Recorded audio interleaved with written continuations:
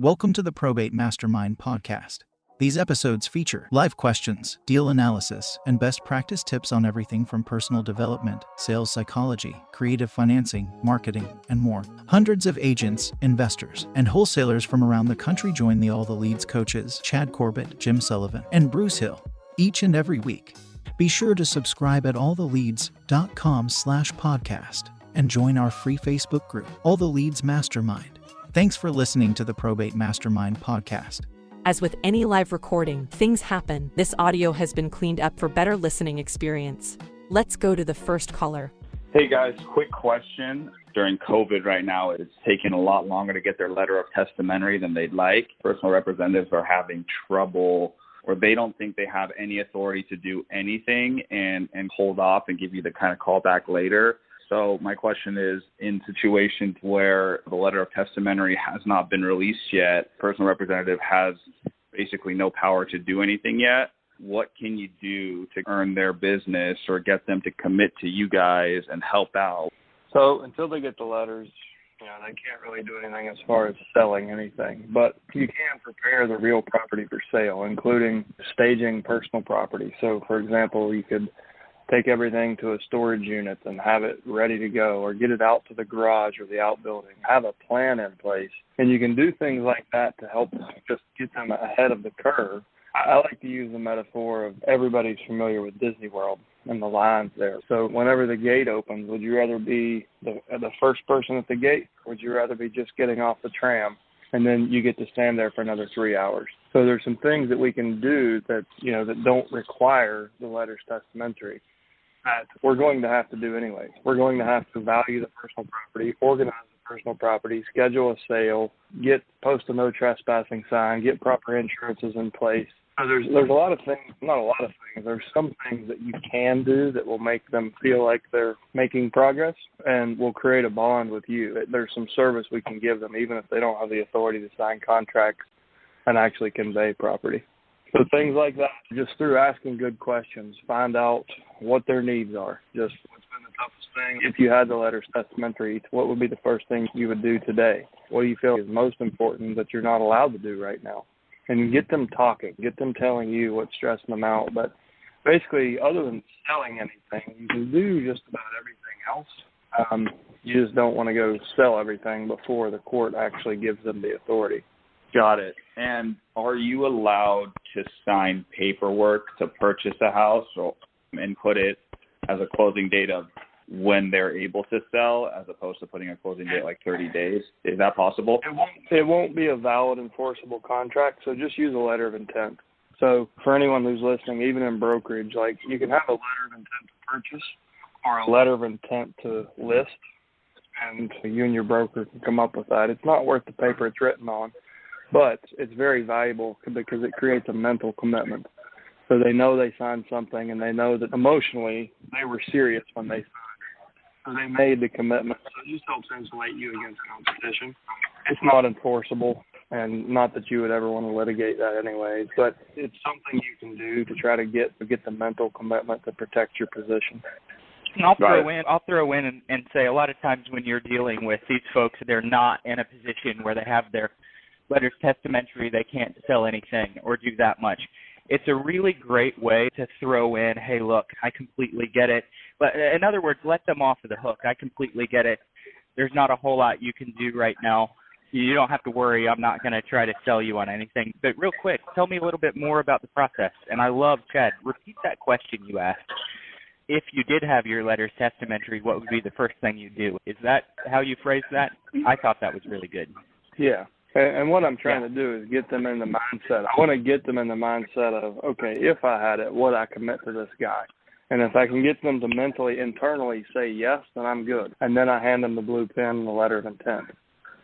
Yep. There's something called future pacing in sales. You get people to start imagining themselves the results that they get down the road. And that's a really good opportunity to future pace them without them feeling like they have to buy what you're selling. And you get them kind of thinking about the future, and it's a very strong emotional connection that forms between you and a prospect when you can ask them about the future. Got it. Thanks, guys. All right, you're very welcome. Hey, what's up, guys? Can y'all hear me? Yes, sir. Loud and clear. Cool. few questions, guys. I was listening to the call you guys put up yesterday on YouTube, but the gentleman on there asked about subject to, or actually it asked about a scenario, and I think Chad proposed subject to or a wrap or something like that, some sort of creative financing. I'm trying to learn about subject to, and I did buy the book that you suggested, Chad, on audiobook.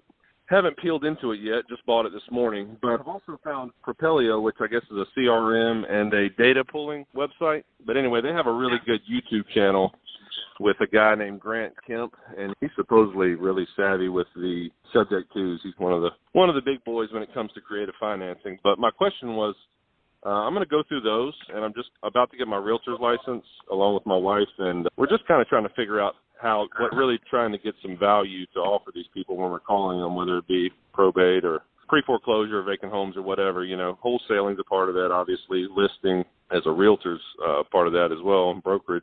But the creative financing, where do you guys suggest? I know you said that author of that book did have a program, which Grant Kemp does also. I think the entry-level mastermind or whatever was like $5,000 a year, and then he had a big boy one that was like $25,000. I spoke with him on the phone, actually. Obviously, we're not trying to go that route now. We just want to learn and bump our heads. But what do you guys suggest as far as getting into creative financing and just learning all this information? I've been in the probate mastery twice, and I've got a pretty good grasp on that. But where do y'all suggest going for the creative financing education? A good starting point. We did a series back in March called Shift Happens when COVID began. Have you watched episode 4? I haven't, man. I've listened to everything you guys have done except episode 4 of Shift Happens. 7 specific creative financing techniques that will work in this environment really well. How to negotiate every deal. And I've been pushing everybody to Chris Prefontaine. He has the book Real Estate on Your Terms, and then he has a course. I think it's called QLM is his course. Yeah. But I think his course is either $1,000 or $1,500. We currently don't have any affiliation with him, but he's doing it right. Like, he's doing creative financing with ethics. And so I've been sending everyone his way just because I believe in what he's doing. I think he's doing it right. He's doing it ethically. It's good quality education. $1,500 is nothing. I mean, right. And is he hitting subject to the wraps, all the different kinds of creative financing? Yep. And then the other thing, also, my friend Brandon Turner, who does Bigger Pockets Real Estate Podcast, he wrote a book. You can go to biggerpockets.com, or it's also on Amazon. It is Buying Real Estate with Low or No Money Down by Brandon Turner. Yeah. Never read it, but I got it. Okay. That's a good book, too. Brandon's a sharp dude. Oh, sweet. Those are the 2 guys that I send people to. I have creative financing courses in my head, but I haven't gotten them out. Those are the guys that I trust to send folks to. Right. I know there's some people on this call that have taken Chris's QLM course and really got a lot from it. For $1,000, it's not very much money. You know, you'll make that back tenfold on your first deal. For sure. And also, I heard you mention going to a real estate attorney. Here in Georgia, that's what we have to do. We don't have the title companies. Yeah. I heard you propose going to them and asking them how the paperwork works exactly. Yeah, I'm sure for you. I mean, they'll charge you $50,000 to look over your shoulder, or they'll split your deals. I don't recommend it, man. Like, with creative financing, it's so easy to take advantage of people or so easy to make mistakes. I actually like to have the attorney be the one that's actually mentoring you. And the attorney you want to choose is the one that's representing the investors, who's closing deals for the investors, who are buying at the courthouse steps, who are buying at tax sales, buying short sales. So they have a lot of experience dealing with messy title issues and more advanced real estate tactics. And that person, you're going to have to go to him eventually anyways and make sure that your paperwork's right, your clauses are right. So somebody $50,000 to mentor you and tell you how to do that stuff at a very broad level, just go local. Even if you have to pay the guy $200 an hour for his time, that's how I did this. Like, I basically sit down and wrote all my own contracts and then took them to an attorney. And I'm like, all right, shoot holes in this. And they're like, where did you get this? And I'm like, I wrote it. Shoot holes. But I trust my paperwork explicitly now because we did it together, me and the attorney. Hey, Jim, are you there? Yeah, that's you, Chad. Your microphone's cutting in and out significantly. About 80% of the time, you're fine, and the other 20% is you're in a tunnel. I don't know what that music was. I think that was the call. Some music started playing. This first call with my AirPods Pro, I trusted them, and I shouldn't have. And Chad, if I'm approaching an attorney like that before I really get started, just trying to get the nuts and bolts, make sure I know what I'm doing, what do you suggest that I say to that attorney?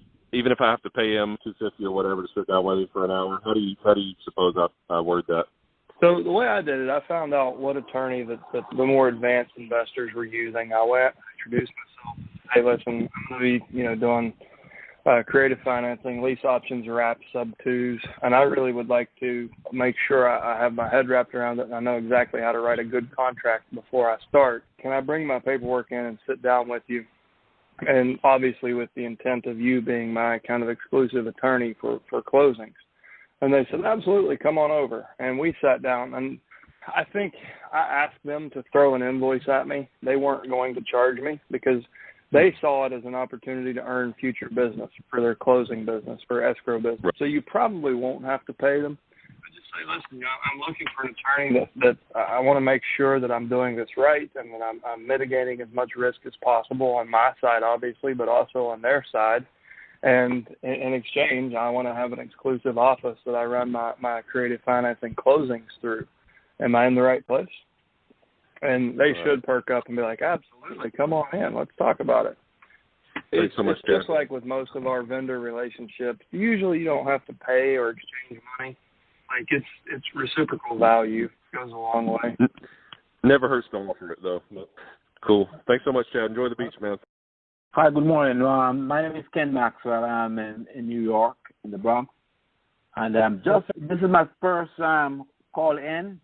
And I'm just curious to understand, what is the process to get started as a probate agent? What would you recommend that we do in the beginning and continuously?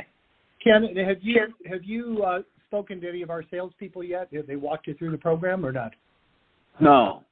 Yeah, that would be a good place to start. They'll give you the best practices. After the call, I'll have somebody reach out to you at this number if that's okay. But very simply, you get the leads. We've got a fast-track program you can go through in an hour and then just start learning. We have a ton of information on our website that you can absorb in the meantime. Next up is 4046. You're up next. Hi, this is MaryLee. I have a success story I want to share. Great. We like those. So I got my first batch of letters sent out to my leads in June. And 2 weeks ago, I got a text from one of those leads asking if I could help with the sale of her house. She lived in California, and the property was in a different state where I live. And I said, absolutely. So what I ended up doing was giving her 3 options. I was going to sell it with all of its contents. I was going to sell it with all of its contents removed and have an estate sale company manage the interior belongings, personal belongings of the deceased, or I was going to buy it myself and deal with it. And we got a really great offer from a cash buyer who was planning on living in the house but was also perfectly capable of managing the personal belongings inside the house. It was a hoarder house filled with valuable collectibles. So it was rather interesting. I ended up double-siding the transaction, and the seller is pleased. She has her funds, and I've referred her to an agent in California that's going to help her buy a house in California. So I just wanted to say thank you. 3 months into this, I was starting to get really weary and feel like the system's not working for me. I'm not saying the right thing. It's not a good idea for me to invest my money, my marketing money into this program. And then I had that phenomenal success story. I also personally met the attorney at the property so that he knew what I was dealing with, and he knew that I was credible. So it was a win for the neighbors. It was a win for the buyer, the seller, the attorney, and for me. So I wanted to thank you for all the little gems along the way that I picked up by doing the mastery course repeatedly and by really having faith that the system works if you follow it and do the training. Sometimes as agents we spend a lot of time getting ready to do the work and we forget to take the next step and do the work. So this was a big deal, and I just wanted to thank you. That's such good advice, and thank you for sharing. I'm curious, though.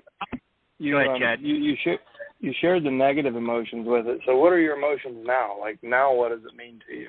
I have really overcome my fear of making those telephone calls and feeling like I'm not being of service. Now I realize what a tremendous success it was and how helpful it was to everyone all around, that I no longer feel intimidated that I'm bugging them or I don't offer any value. Exactly. And you're proud now, aren't you? Yes, I am. Thank you, Chad. I do feel a lot of pride. That's what Probate Mastermind is for.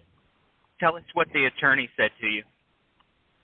Oh, I called him to let him know the transaction had closed, asked him if he needed anything from me, and then I asked for referral business. And he said, if someone needs a real estate agent, you are by far the top of the list, and I absolutely will send business your way. That's amazing. Thank you so much for sharing. I'm happy you've got momentum now. So now what? Are you doubling down? Yeah, I am, and I'm actually considering taking on another county. So sounds like a good time. And I did speak to my sales rep there, and we've talked about it, and I'm looking forward to helping more people because now I know people really need this service, even though when you talk to them and they give you all kinds of objections, there's a reason they're giving you objections, right, Chad? And so that's right. by being usually exactly. So I'm just really excited about it, and I'm really pleased that it was so smooth. And furthermore, I didn't tell you this, Bruce, my transaction coordinator has been in the business for 35 years as a transaction coordinator. She said, in all my years in real estate, this is probably the most brilliant transaction I've ever seen. That's incredible. That's great. So thank you. Wow, that's awesome. You said you were credible. I would say you're incredible. So that's a great story. Thank you. Thank you.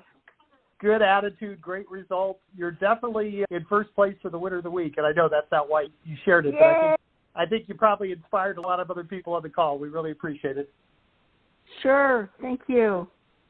All right. Next up is phone number ending in 1855. You're up next.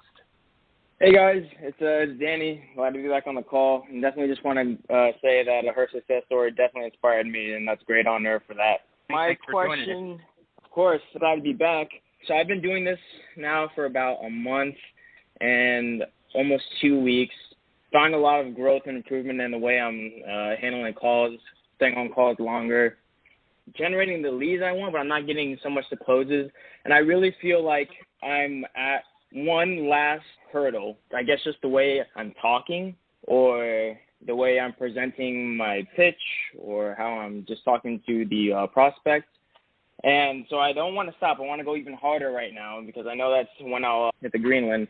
My only question then is when I'm presenting my pitch and I've started implementing the 2 to 3 things that the family struggle with in the open-ended question, and that works really well, they either don't have the letter of testamentary yet or they might feel scared so they don't want to fully work with us. Sometimes you just have to relax, Danny. And David Pinnell is a great example of this. He will just step back and continue to follow up until they're ready. And sometimes it doesn't matter how much you want it or how aggressive you want to be. It won't help you move forward. It's not easy to get out of probate quicksand. It's a process, right? Rather than looking at this as how can I be more aggressive to get what I want, just understand that over time you'll build that momentum and you'll have enough come list me business or come buy this business 6 and 8 months in, those start to become regular occurrences. You understand that with a commitment to this long term comes a momentum that really can't be replaced with more phone calls or more aggressive marketing tactics. Eventually, you'll get to a point where you'll have enough letters out there and enough follow-up phone calls made. You'll have 5 times the deal flow, and you'll be closing tons of these deals. We can't always force people to do what's in their best interest. We can try to influence them, but some people just go back into their shell and serving them, but it's what makes them comfortable. So being more aggressive is not always the answer. Is I guess my main point is maybe you're not doing anything wrong other than not having enough patience for the process for some people. Okay. And it's different area to area. Like some areas are, more fast paced and the cash conversion cycle is quicker, where others it just happens more slowly. So I think you're doing the right thing. You show up, you do the work, you role play with us, like you really care. My caution to you is that if you put too much focus on what more can I do, and you don't get that result, you might be discouraged. And just understand that sometimes we have to wait for them to catch up with us. All right, that makes complete sense. Yeah, I gotcha. So, Danny, I'll go ahead and chime in here.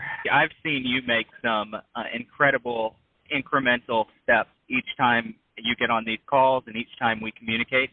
And you're getting better and better each time. You are learning how to be more of an influential leader, which is the most important thing. You're still very early in this conversion cycle. So, as Chad mentioned, don't get discouraged because we have typically 3 to 4 month conversion cycle in my experience. And you're early in it, and your pipeline is filling up. Your rapport that you are continuing to build each time you communicate with these people is only growing. Multiple years ago, I had a client of mine that's now a client and one of my best referral partners who blew me off for 2 years. And about every 8 or 9 months, she would shoot me a message that just said, hey, don't give up on us. And that was the only reason I didn't give up on them. And every time she'd send me that message, she'd say, we are so busy. We're overwhelmed at work. We can't even think about responding to you. We can't even think about looking at houses. And one day, 2 years later, they call me. We go look at houses, and we looked every single day for a week, every day for a week. And it was a really nice price point, so I didn't mind. And about halfway through, I said, I guess your schedule's lightened up. And she said, what do you mean? We're busier now than we've ever been before. And she'd forgotten about the busy excuse that she'd been giving me. And what I took from that is she was too busy based on the priority that buying a house was in their life. Not that they were too busy to do it. It's just that it wasn't a priority to them at that point. And because I built rapport through the time, that business came to me. And you'd be shocked at the amount of influence that I have and times that I spend with them now because it's easy. I call, they answer the phone. And it's because I was there and had rapport when they were ready. And we have to look at these the exact same way. These are our families that might just not be emotionally ready yet. And we can increase our influence over them, but we can also spend time caring about them, loving on them, building rapport so that when they emotionally get over that hurdle, you're the only person that's there. Because I guarantee almost everybody else is going to drop out. I guarantee it. So keep doing what you're doing, keep calling, keep building rapport, stay in front of them. Gotcha. All right. That's great. Thank you for all that information, guys. And thank you for talking to me about this. I'll be sure to bring in my success story once it comes in. Thank you, guys. Sounds great. All right. Next up is phone number ending in 4663. You're up next. Thank you. I wanted to go back to something that Chad did a couple of weeks ago, and it was he broke down his 3 or 4-pronged offer strategy, and it was a cash sale, which was he described as contract now, cash in 7 days. The second was as is, where is, which I think he described as a contract in 7 days and a cash in 30 days. And then I think he put in as is, but for a retail price. And I'm gathering from that he was proposing no fixes, but still wait for a conventional buyer. And then fourth was the renovation retail, where the sellers would fix it themselves, take on all that responsibility, and then sell for top retail. What I wanted to know is how on a percentage of after repair value basis, if I were doing it, I would think cash sale would be 70% of after repair value, less repairs or better, and therefore it's such a good deal you'd want to keep it for yourself. And then maybe the as is, where is, maybe 80% ARV, maybe the retail price, maybe 90%. And then, of course, the renovation retail would be 100% of retail value. Am I thinking about those percentages approximately correct? The one you left out would be number 5, creative financing. Okay. would be another option where you could even sell above retail price, assuming the term was long enough. So if you have a house that's slightly underwater or they feel like they don't have enough equity to sell and pay commissions, then the fifth scenario would be a creative financing that would stretch your term out over 2 to 10 years, where you would have appreciation or principal pay down where it would appraise and they could close. So that would be number 5. As far as values, you have the traditional ARV times 70% minus repairs equals your cash price. The problem with that formula is most people don't know how to estimate repairs. And in 2020, the cost of lumber has gone up almost 900% over the last 5 months. Like lumber went from $200 a board foot to $950 a board foot just in the last quarter. So repairs are extremely hard to estimate, period. But really this year they're even more challenging because of supply chain logistics. So an easier formula is, I find, the as-is value. So my definition for as is, and it's kind of intuitive, I suppose, but knowing your market, seeing what things sell for, what will a property pretty much all but guaranteed go under contract in 7 days and close in 30 days with no contingencies. What is that price? If you take that price times 75%, that pretty much, it comes within, and I've tested this, I've geeked out on spreadsheets and tested it over and over. It comes into a few percentage points, like single-digit percentage points, to that old tried and true 70% minus repairs formula. But the difference is you don't have to become a construction estimation expert to get there. So if a house would sell for $100,000 for sure, if we could get it under contract this week, then we could pay $75,000 cash, and that would be a wholesale price. So that kind of gets you to the cash price and the as-is price. The as-is price, I don't really have a formula. Like I don't say ARV minus 80% because every house is different. One has foundation issues. The other is functionally obsolete. The other just needs a cosmetic rehab because it has shag carpet and pink tile.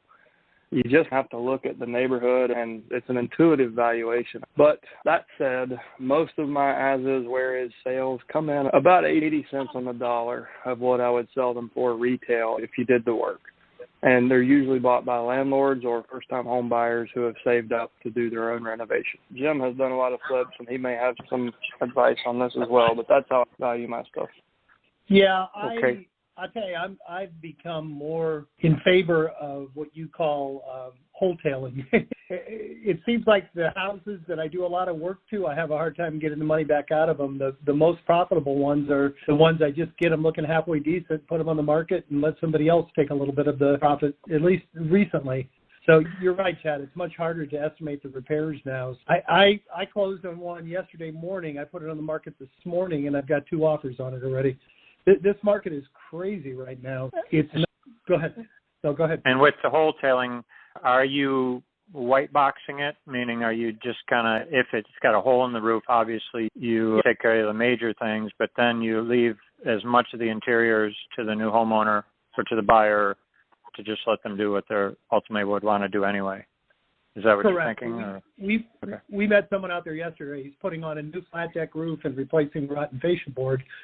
And I'm replacing the AC compressor. The bare bones, but the inside of the house, I just gave it a good cleaning, vacuumed the carpet, and put it back up for sale. I just find that, like Chad said, it is hard to estimate what you're going to spend on it, and it seems like you always go over. And when you do it that way, you're opening it up to an owner-occupant that might want to put some money into it, and you're also leaving a little bit on the table for the next investor that comes along. And that also sounds like you're getting it better than just landlord quality. It seems like a homeowner would not be as scared away if some of those bigger expenses were taken care of. Is that so? Are you getting maybe 85%, 90%? A good way to think about this is if I go into this house, what would it take to get it to pass an FHA or a VA appraisal? Okay. Yep. So anything safety, sanitary, major mechanical needs to be replaced. But cosmetic things, like if it has a pink bathtub, it has a pink bathtub. It will pass an inspection, like it would pass an FHA appraisal. So that way you can give it to people who, you can sell it to people who are using financing. So just think of it that way. Like, what does it take to get it to that level? Okay. Yeah. You're very welcome. Appreciate it. Next up is phone number ending in 5916. You're up next. Hey, good afternoon. My name is Steve. Just wanted to piggyback on what Chad said earlier with Chris Prefontaine. I am in the QLS system, Quality Elite system, which Chad had recommended. And it really is a niche for the niche of working probate because now you can provide many other options. The shift happens that Chad did back, I think either in March or April, was pretty incredible and really planted the seed. And like Chad said, it's a little over $1,000. And one of the things that Chris talks about is you buy the program, you can do deals immediately, and they fully recommend that you do everything through an attorney, which ties into what Chad said. They do offer other coaching, which you can pay for considerably, provides you with perhaps greater credibility as you start off. But he'll be the first one to tell you don't need to do the coaching, although they tout it.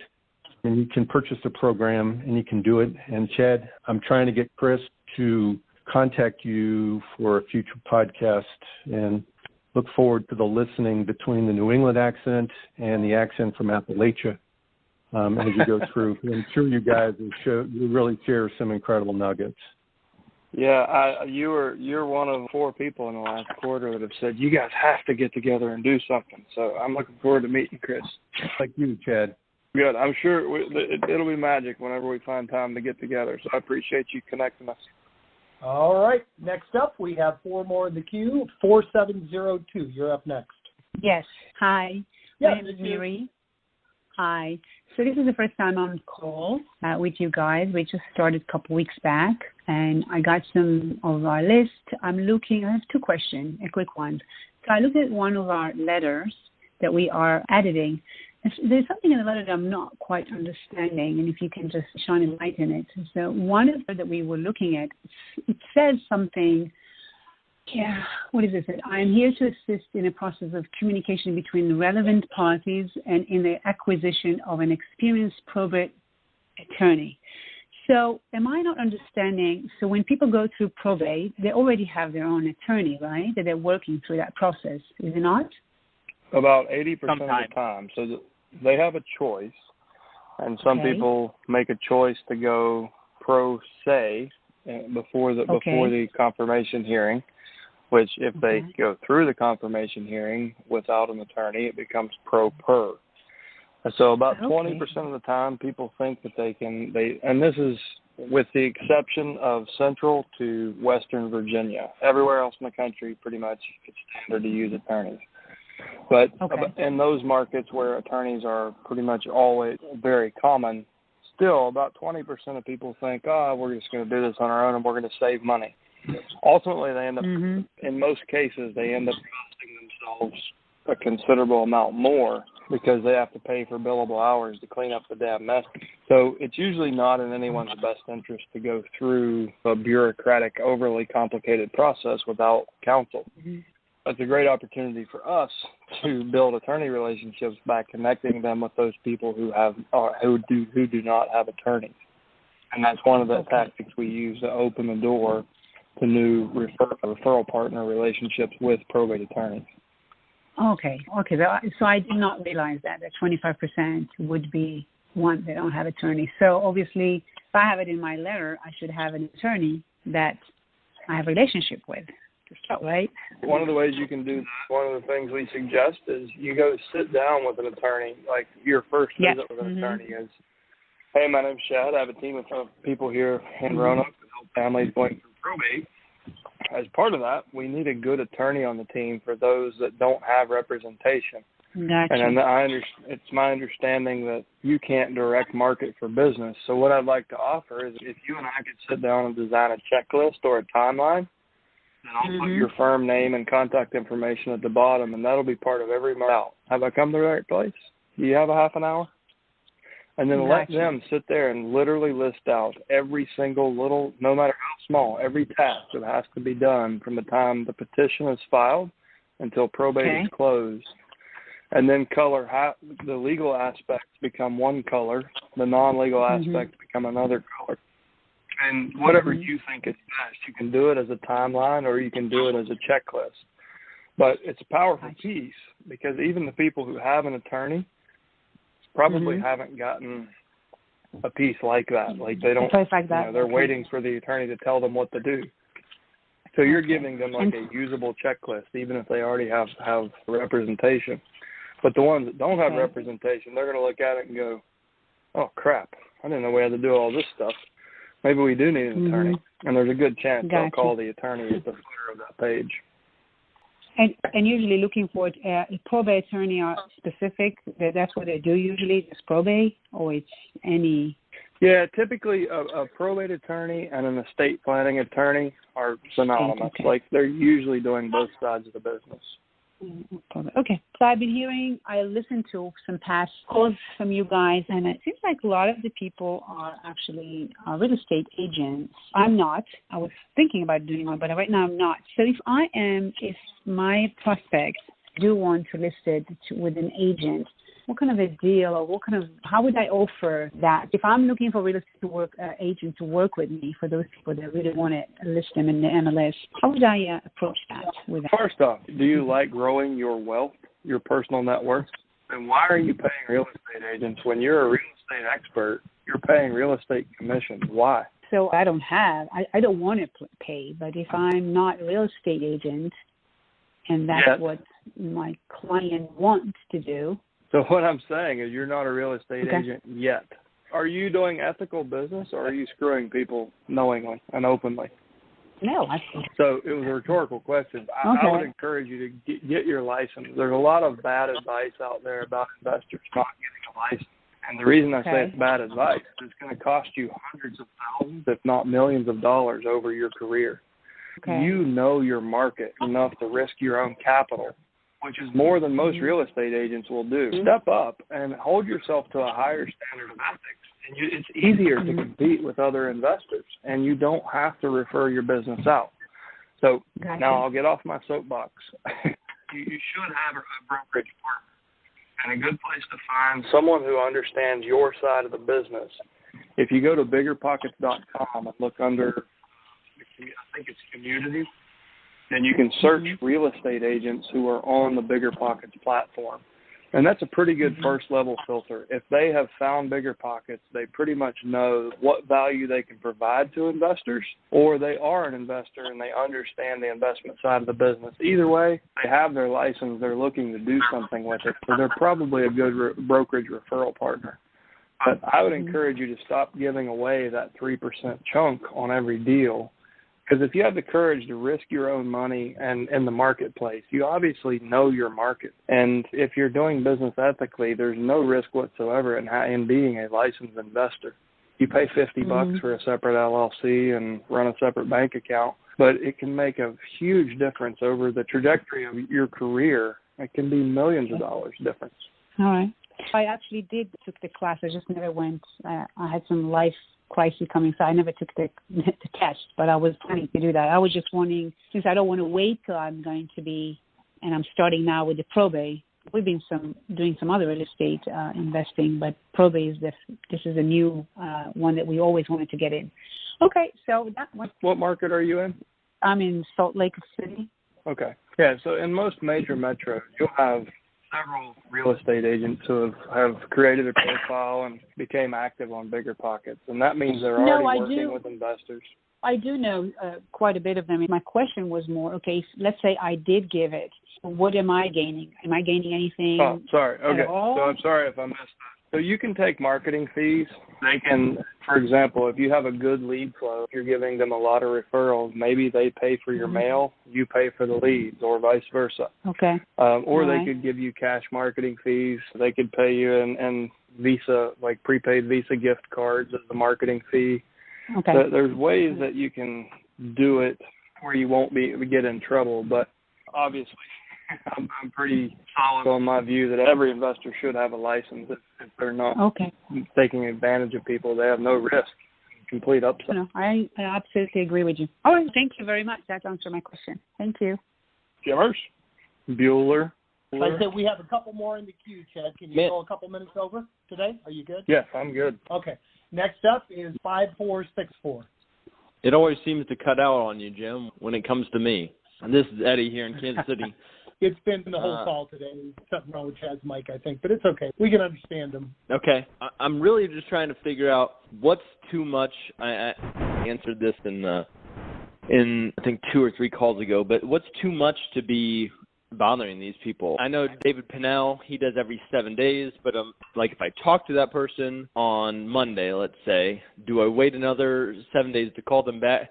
I'm just trying to find out, most of the things I have questions about, I can go to YouTube or look it up on all the leads. I just haven't been able to find it today. Like a schedule on, if you want to be aggressive, here's how often you would call and send letters, and here's maybe if you're not as aggressive or don't have as much time, here's what you can do. Because I have the time to be calling people more. I just don't know where's the point where it's too much, or what's the sweet spot. Eddie, it's Bruce. When you communicate with someone, so let's say you have already spoken with them, whether it's in the middle or toward the end of the call, you say, hey, by the way, were you guys going to be keeping your real estate or selling the real estate? And they say selling. Ideally, what you want to do is go down a little bit of a funnel with them where you might start, okay, there's lots of ways to start, and we don't recommend a specific way. It's up to you, but might start with something like, can you tell me a little bit more about that? Yeah, we're just not there yet. We're a couple of months away. Okay, in a perfect world, when would a couple of months be? Are we looking at 2 or 3? Okay, they say 3 months. There's a bunch of family members involved. You just ask questions, and they start to share with you what their ideal experience looks like. And you really tailor your follow-up approach with that person around their ideal experience. So if somebody tells me 3 months, I'm going to call them in a month and ask if anything has changed. If they say, yeah, we're probably a month away, I'm going to call them in a week. Hey, just wanted to make sure that everything was on track. Did you guys run into anything? So I really base that on the information I'm able to gather on the previous call. There's no set formula for what you're asking. It really depends on what their time frame is. And if you ask good questions, they will tell you what their ideal experience is going to look like. Okay. What if we've got it taken care of? We've got it taken care of. So are we talking about the house, or they just say, hey, we're all good, we've got it taken care of? They've got it all good. I think specifically this is one that somebody just, hey, we've got it taken care of, thanks, click. Call them back 7 days again? I don't know. What do you think, Chad? I would probably do a couple of weeks. It depends on how long into the process they are. If they're a relatively new lead, I might do 7 days. If they're a lead from 3 months ago, I might do a couple of weeks. A lot of times, Eddie, so there's a particular sales training that I'm not allowed to say the name of online that you and I have talked about, Eddie. If you have an appropriate intro, it's rare that someone's going to say, hey, we got it all handled, click. I don't experience that a whole lot.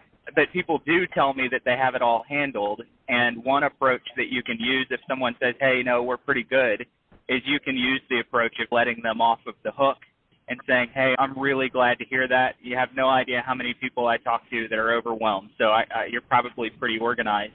And now my particular approach, if we go there, is to say, hey, before I let you go, were you guys planning on keeping the house, or were you planning on selling it? And just kind of letting them off the hook, it gives them a sigh of relief. Oh, God, thank God I don't have to come up with another objection. And then you just go into another question and start down that line.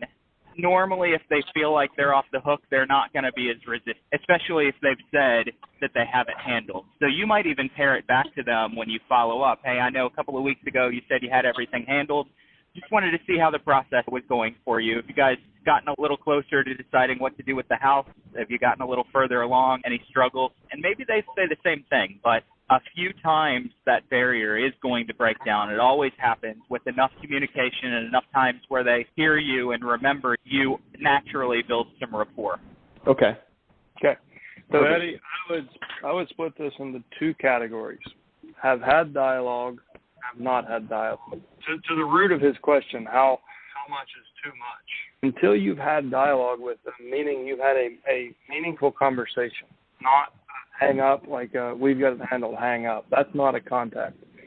Then you can continue to be as aggressive as you want to be. If it's every day, if it's twice a day, until you've actually had a true conversation and had two-way dialogue with a person, then you should be aggressive. Once you've had dialogue with them, at that point, everyone becomes a thumbprint. Some you want to follow up with daily.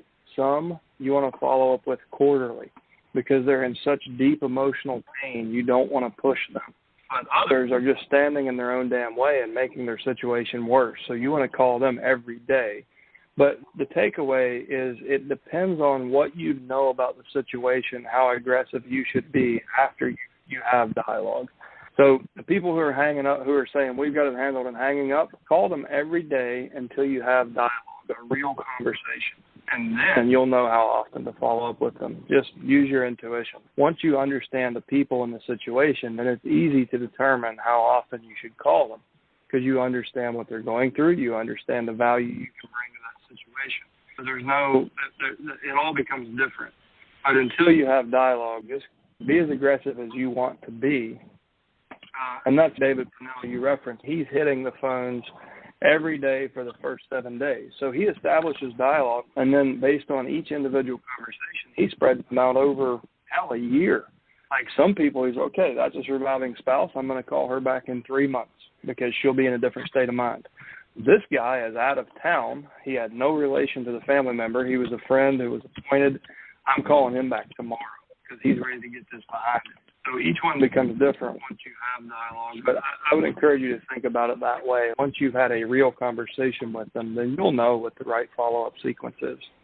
All right. And thank you for your patience. 6628, you're up next.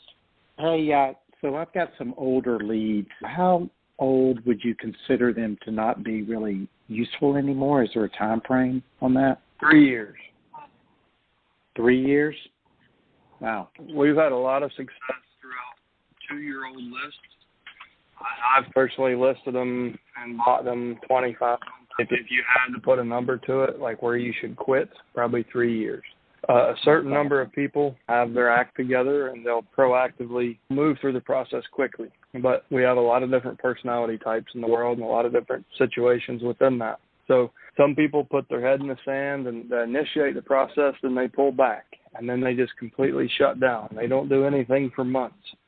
And then one day they have this breakthrough and they're more motivated than they have ever been to deal with it because they're ashamed of the lack of progress made. And that happens anywhere from 1 day to at least 2 years. 2 years is you should, and if you had the budget and the bandwidth to support it, and the all-the-lead system is designed to make sure you're not marketing to people who have already said, we don't need your help or we don't want your help. If you can afford it, you should be marketing for 2 years minimum.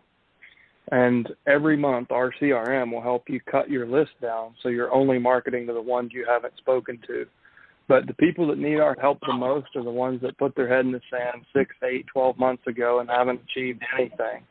They're the ones that really need us. And you'll find them 2 years out for sure. Yeah, Chad, the one I closed on yesterday was 2 years old. The probate was filed 2 years ago. Especially if you're running probate. I'm gonna plug Probate Plus here really quickly. If you have an old list and you don't want to be marketing to 100 people that are old, run Probate Plus against it. See who still has real estate.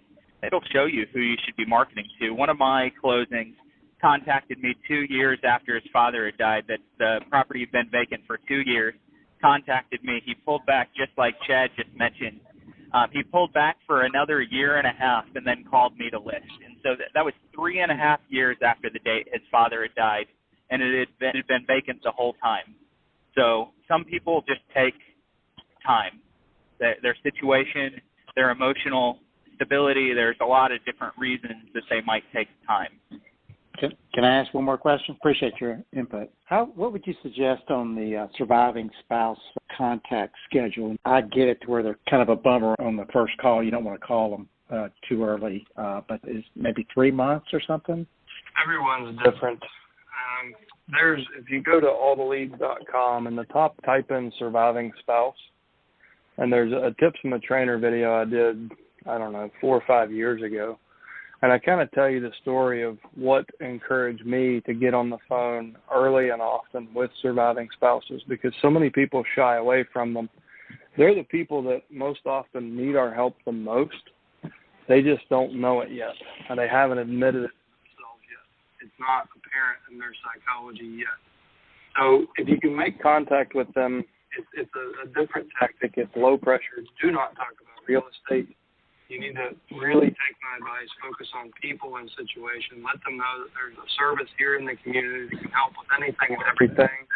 And just, if they feel like they're emotionally raw, just back away. Like, listen, I'll call you in a couple months and see if there's anything that you could use help with then. Think of it more as branding than marketing. You want them to be aware that you're a safety net for them. Because what we know from the nursing home industry, 78.8% of senior citizens plan to die in their home. There's no contingency plan. What we know from the Federal Reserve is the average senior citizen in the United States has $24,000. So an illness, a hospitalization, a fall, property, just upkeeping a property, having their Social Security checks cut in half because they were getting 2, now they're only getting 1. Their situation can change, and it might take them a month or 2 months or 3 months to realize that they're no longer in a sustainable living situation. When they do, they will call who they trust. So if you've made contact and you found some way to make them feel comfortable, even if that's just making them aware that there's a safety net in the community, you will be their first phone call when they need you. So don't shy away from the surviving spouses. Just remember, I'm not calling to list this house. I'm calling to see how I can help her or help him. And if you can build rapport and that person trusts you, then when they're ready, you'll be the only phone call. And I've got dozens and dozens and dozens of stories like this. But the very first deal I ever did was the one that gave me the courage to always make that call. And if you search surviving spouse in the top of alltheleads.com, you can hear the story about it, about Drusilla, or that was Pam. It's a softer approach. Some will list right now. Others will take 2 to 3 years. But they're probably the ones that can benefit the most from our service when they realize. All right, guys, another great call. I want to thank each and every one of you for being here today. We had great participation. We had some really good, inspiring stories. I know who our winner of the week is. We'll be reaching out to you. And I want to challenge each of you. Take one thought, one idea, one thing that inspired you on this call. Go out and put it into practice and come back Wednesday, actually, for our role play call and share with the group. Thank you so much, guys. Stay healthy, stay productive, and we will talk to you next Wednesday at 2 p.m. Eastern. Take care, everybody. All the Leads hosts cold call roleplay trainings the first Wednesday of every month. On these calls, agents and investors can jump in the hot seat with our coaches to test their cold call scripts. To join the role plays or Probate Mastermind sessions, join the All the Leads Mastermind group on Facebook for free. Thanks for tuning into Probate Mastermind.